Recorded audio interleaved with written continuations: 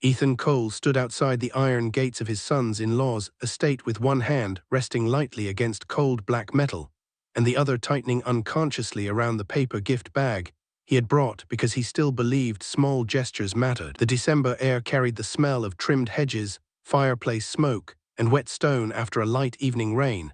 But beneath all of it he caught another scent he knew too well from years of boardrooms and investor dinners. Performance. The entire property smelled like performance. Every light in the mansion ahead glowed with deliberate warmth. Every tree along the curved drive was wrapped in tasteful white lights, placed with mathematical precision. Even the silence felt expensive. It was the kind of house people built when they wanted strangers to understand their status, before anyone inside spoke a single word. Through the slightly open side window near the servant entrance, he heard a woman laugh softly. "Just be patient with him," a female voice said. "Liam's father is harmless. He's sweet in a simple way, but he's not really from our world." Another woman laughed quietly in response. Ethan froze. He knew the voice immediately. Chloe Mercer, his daughter-in-law. "Honestly," Chloe continued, lowering her voice even though every word still floated through the cold air, "I think he's intimidated by all of this. Liam says his father still drives a 14-year-old Honda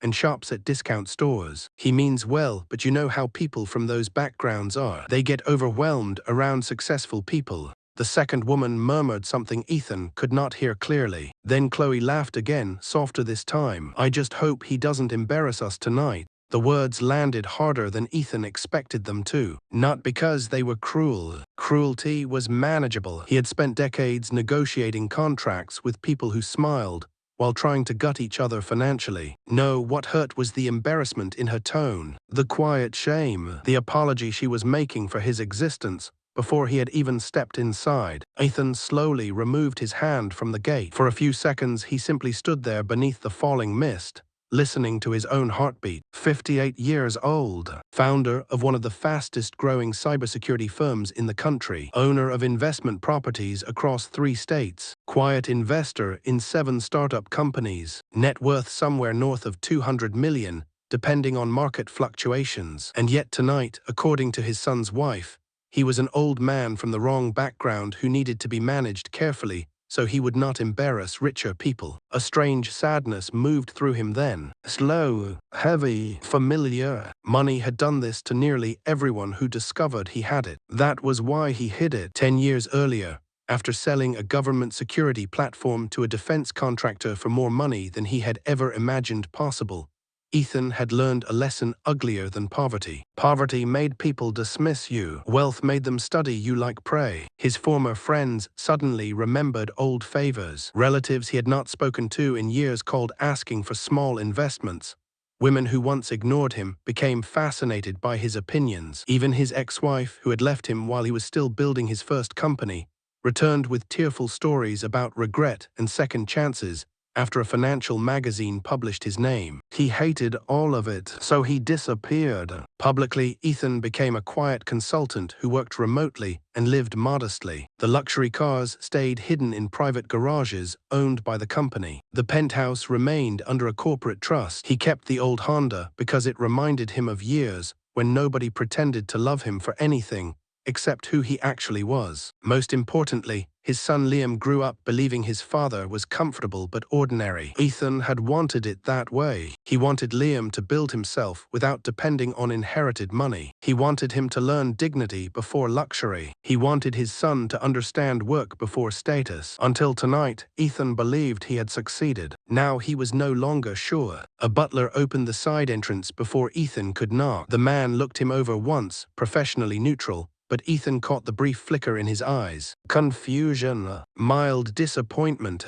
calculation. "Delivery entrance is around back," the butler said automatically. Ethan smiled faintly. "I'm here for dinner." Ethan Cole, Liam's father. The butler straightened immediately. "Of course, sir. My apologies." So, interesting how quickly language changed when uncertainty entered the room. The mansion interior looked exactly the way Ethan expected wealthy, insecure people to decorate. Marble floors polished to reflective perfection, massive oil paintings purchased not for beauty, but because someone once told the owners they were valuable, chandeliers hanging low enough to remind guests how much money sat above their heads. Everything expensive, nothing warm. As Ethan followed the butler through endless hallways, he noticed tiny details most people missed. Cheap reproduction molding mixed beside authentic imported stone. Artificial aging techniques on antique furniture. New money trying desperately to imitate old money. The Mercers were pretending. That realization settled quietly into Ethan's mind long before dinner even started. Then he entered the dining room. Liam stood immediately. "Dad, you made it." The relief in his son's voice was obvious, but so was the tension underneath it. Liam's eyes moved instantly over Ethan's clothes. The worn brown jacket, the inexpensive watch, the old loafers. Embarrassment flickered there for half a second before Liam buried it. That hurt more than Chloe's comment outside. Everyone else remained seated. Richard Mercer occupied the head of the table with the relaxed arrogance of a man who believed ownership and authority were the same thing. Thick silver hair, expensive watch positioned carefully outside the cuff so everyone noticed it. Smile too white to be natural. Beside him sat his wife Vanessa, wrapped in diamonds subtle enough to signal wealth without appearing desperate. Everything about her radiated cultivated superiority. Even the way she held her wine glass looked rehearsed. Chloe sat rigidly beside Liam. Her younger brother Adrian leaned back lazily in his chair, scrolling through his phone until he noticed Ethan, then slowly looked him over with amused disinterest. The extra chair placed at the far edge of the table completed the picture. Not beside Liam, not beside the hosts, offset slightly, included but separate. Ethan almost admired the precision of the insult. "Mr. Cole," Richard said finally, extending 2 fingers instead of a full handshake. "Wonderful to finally meet you." "Likewise." Vanessa smiled thinly. "Liam talks about you often." Ethan looked at his son. Liam immediately focused on his water glass. "Interesting. Please sit," Vanessa said. "I hope you found the side entrance without trouble." There it was, not subtle, deliberate. Ethan sat calmly. A server poured wine around the table. When they reached Ethan, Vanessa interrupted smoothly. "Oh, use the other bottle for Mr. Cole." The server hesitated before replacing the crystal bottle with a cheaper one. Nobody acknowledged it openly. That was the point. Humiliation worked best when everyone pretended it wasn't happening. "So," Richard began while cutting into an appetizer so tiny it barely qualified as food, "Liam says you work in consulting." "I do." "What kind?" "Technology mostly." Richard nodded politely, already dismissing it. "Local businesses." "Some." "What exactly does that mean?" Adrian asked without looking up from his phone. "Like computer repair." Liam shifted uncomfortably. Ethan smiled. "Sometimes." Adrian smirked. "I guess someone has to do it." Vanessa laughed lightly, as if the comment was harmless. Chloe looked mortified, but Ethan noticed something important. She was embarrassed for the social awkwardness, not for him. "So modest," Vanessa said. "Liam told us you're very simple." A simple, interesting word. People loved using it when discussing those they considered beneath them. Simpler tastes, simpler lives, simpler people. Ethan nodded pleasantly. "I try to keep things uncomplicated." Richard leaned back. "That's rare these days. Everyone wants to be important now. Everyone thinks they're an entrepreneur or visionary because they made an app or bought crypto." He chuckled. "Real success comes from legacy, discipline, family reputation." Ethan nearly smiled. Richard Mercer's company had lost $38 million over the last 2 years. Ethan knew because his analysts monitored distressed firms constantly for acquisition opportunities. Richard was drowning, yet here he sat pretending to be royalty. "How long have you lived in Riverside?" Vanessa asked. "All my life." "How quaint." There it was again. Quaint, simple, humble, nice little words wealthy, insecure people used instead of saying poor. Liam finally spoke up. "My dad worked really hard to raise me alone." Vanessa smiled at him immediately. "And he did admirably considering the circumstances." Circumstances. Ethan watched Liam lower his eyes. His son hated conflict. Always had. Even as a child, Liam tried to smooth arguments instead of confronting them. Ethan used to think kindness caused that softness. Now he wondered whether it was fear. Dinner continued. Every conversation became another tiny test. Adrian bragged about a startup idea he had been developing for 4 years despite never launching anything. Richard explained markets loudly, while unknowingly describing strategies Ethan himself pioneered. Vanessa discussed art investments without realizing one of the paintings in her own hallway was fake. Through it all, Liam stayed quiet. That silence slowly became the heaviest thing at the table, because Ethan understood exactly what his son was doing. Liam was surviving. He wanted acceptance from this family so badly that he kept shrinking pieces of himself to fit inside their world. And tonight, Ethan represented the part that embarrassed him most. Not because Ethan was poor, because Ethan looked poor. That distinction mattered. The cruelty deepened gradually. Vanessa offered Ethan old tailored jackets Richard no longer used. Richard explained investment basics to him in painfully simplified language. Adrian asked whether Ethan had trouble understanding modern technology. Every insult arrived wrapped in smiles. Every insult waited for Liam to object. He never did. By the second hour, Ethan realized something painful. This dinner had never actually been about meeting him. It was a performance ritual. The Mercers needed to establish dominance. Liam needed their approval. Chloe needed reassurance she had not married beneath herself. And Ethan was the sacrifice placed politely at the table. His phone vibrated quietly in his pocket. Normally, he ignored work calls during family events, but tonight something cold inside him shifted. Enough. He glanced at the screen. My chief operating officer. Perfect timing. Excuse me, Ethan said calmly. I should take this.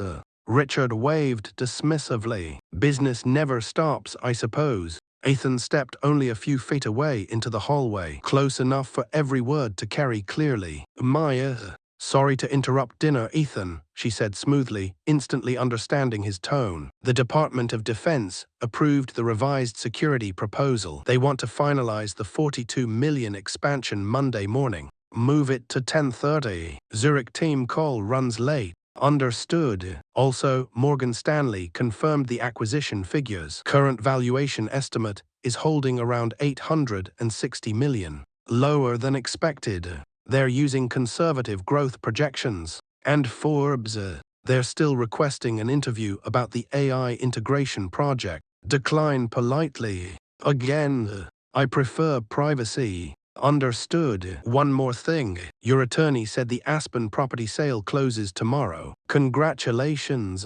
Thank you. He ended the call and returned calmly to the table. Silence greeted him. Richard's face had changed completely. Adrian looked pale. Vanessa's wine glass hovered motionless halfway to her lips. Liam stared openly now. Everything okay? Ethan asked pleasantly. What exactly do you do? Richard asked slowly. Ethan resumed his seat. Consulting. Nobody laughed. Adrian grabbed his phone instantly. His fingers moved rapidly. Then his entire body stiffened. Oh my God. Vanessa turned sharply. What? Adrian slowly rotated the screen toward his parent. Ethan knew exactly what they saw. Magazine covers, conference speeches, corporate filings, net worth estimates, photos beside senators, CEOs, foreign ministers. Richard's face drained white. This says you founded Sentinel Dynamics. I did. The Sentinel Dynamics. I wasn't aware there was another one. Vanessa whispered, that company is worth almost $1 billion. Market fluctuations, Ethan said mildly. Numbers move. Liam looked physically ill. Dad. The word sounded different now. Not embarrassed. Terrified. Why didn't you tell me? Ethan studied him quietly for several long seconds. You never asked.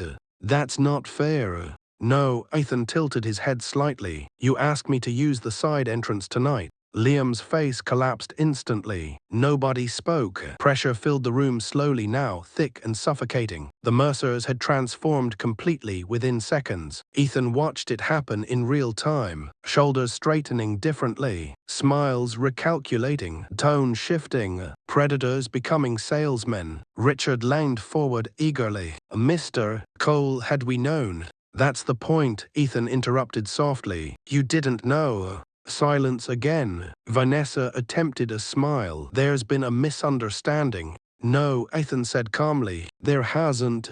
He looked directly at Liam. That bottle of wine you separated for me. The cheaper one. Vanessa visibly flinched. It wasn't cheaper, she lied instantly. Ethan almost admired the reflex. It was a 2018 Bordeaux retailing around $80, he said. Perfectly respectable wine. The bottle you served everyone else was an overpriced Napa Cabernet worth maybe $60. You chose based on label recognition, not quality. Richard stared at him. How could you possibly know that? Because I own a vineyard in northern Italy. Adrian actually choked on his drink. The pressure in the room became almost unbearable now. Ethan felt it pressing against everyone differently. Richard felt financial opportunity slipping away. Vanessa felt humiliation. Adrian felt inferiority. Chloe felt terror. Liam felt shame. And beneath all of it, Ethan felt something colder than anger. Disappointment.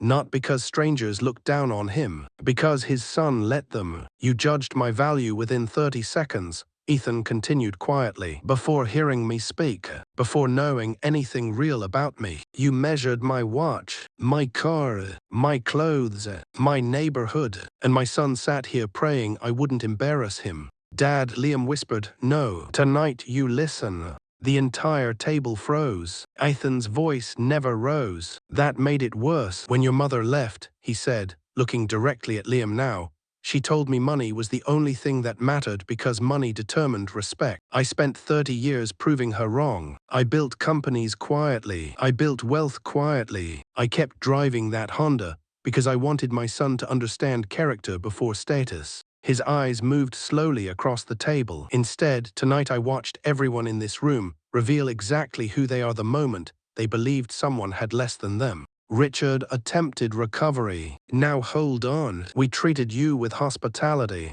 You cited me separately. That's absurd. You poured separate wine. A misunderstanding. You offered me charity clothing. Vanessa looked away. You suggested my son should feel grateful your daughter married beneath her. Nobody answered, because nobody could. The truth sat too openly between them now. Adrian suddenly laughed once. Bitter, sharp. We really did that, didn't we? Adrian, Vanessa hissed. No, Mom. Listen to yourself. We treated him like garbage because we thought he was poor.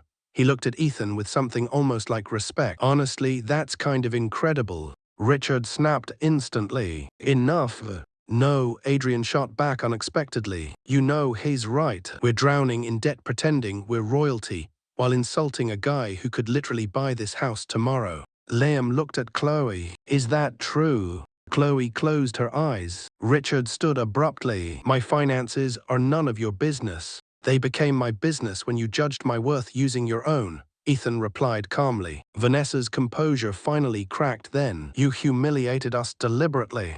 No, Ethan said. I gave you the opportunity to show me who you were. He looked at Liam again. And you showed me who you were too. Liam's breathing shook visibly now. I was trying to keep peace. No, you were trying to keep acceptance. That's not fair. It's exactly fair. The room went still again. Ethan saw tears gathering in Chloe's eyes. Interesting. Real tears. Not embarrassment now. Recognition. Because somewhere beneath the conditioning, she understood too. You know what hurts most? Ethan asked quietly. Not that strangers disrespected me. That happens every day. What hurts is realizing my son only would have defended me if he knew I was rich. Liam broke then, not loudly, not dramatically. He simply lowered his head into his hands like something inside him finally collapsed under its own weight. I'm sorry, he whispered. Ethan believed he meant it. That almost made it harder. The evening unraveled after that. Richard tried twice more to pivot into networking conversation. Ethan ignored him completely. Vanessa alternated between anger and desperate politeness. Adrian continued drinking, while quietly researching Ethan online with horrified fascination. Chloe barely spoke. Liam looked shattered. Finally, Ethan stood. I should go. Liam stood instantly. Dad, please. Ethan paused near the doorway. You know the saddest part of tonight. Nobody answered. I came here hoping your new family would love you well. The words hit Liam harder than anything else. Ethan saw it physically, shoulders folding inward, eyes filling, and instead, Ethan continued, I watched you slowly become ashamed of where you came from. Then he left. The cold air outside felt cleaner. For several minutes, he sat inside the old Honda without starting it. His hands rested loosely on the wheel. The mansion glowed behind him like a stage after the audience leaves. He expected anger. Instead, he felt grief because wealth had protected his son financially, but failed to protect him spiritually. Liam still wanted approval from people who measured human value using appearances. Ethan realized then that hiding his success may have taught humility, but it had also taught insecurity. A knock sounded softly against the passenger window. Liam. Ethan unlocked the door. His son climbed inside, shaking visibly. For a while neither spoke. Then Liam whispered, I hated myself in there. Ethan stared ahead. Good. Liam flinched. You should. I know. You weren't ashamed because they insulted me. You were ashamed because part of you agreed with them. Silence.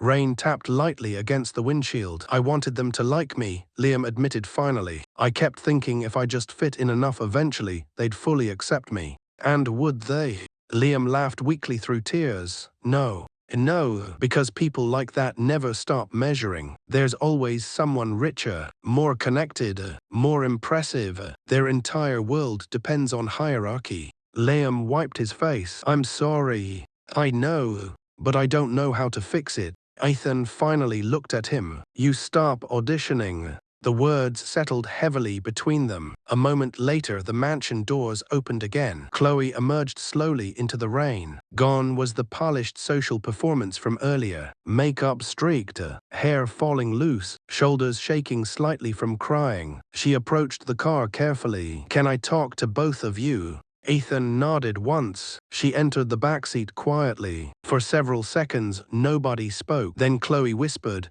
I heard what you said outside before dinner. Ethan glanced at her in the mirror. I know. I'm ashamed of it. Good. She accepted the word without argument. My entire life, she said softly, my parents taught me that appearances were survival. The right schools, the right clubs, the right people, the right image. I didn't even realize how cruel I sounded anymore because everyone around me talks like that. That's how environments work, Ethan said calmly. People normalize rot when they live inside it long enough. Chloe cried harder at that. My father's bankrupt, she whispered. We've known for over a year. Everything in that house is dead. Everything, the dinners, the parties, the vacations. Mom keeps pretending because she thinks if people notice we're slipping financially, then we stop existing. Ethan nodded slowly. Yes, and Liam kept trying so hard to impress them because he loves me. Liam looked down. And I let him, Chloe whispered. I let him shrink himself because I was scared if he challenged them, they'd turn on me too. Finally, she looked directly at Ethan. I don't want to become them. The honesty in her voice changed something slightly inside him. Not forgiveness, possibility. That depends entirely on what you choose next, he said. The three of them sat together listening to rain hit the roof of the old Honda, while the massive Mercer estate glowed behind them like a dying illusion. Then Ethan started the engine. Come to my house tomorrow, he said quietly. Liam blinked. The real one. Yes, you're finally showing us. I think it's time. Chloe smiled weakly through tears. What's it like? Ethan pulled slowly away from the curb. Smaller than that monstrosity, he said, nodding toward the mansion. But real. They drove into the rain together, not healed, not restored, just stripped down to something honest for the first time in years. And honesty, Ethan realized as the Mercer estate disappeared behind them, was far more painful than pretending. But it was also the only place anything real could begin.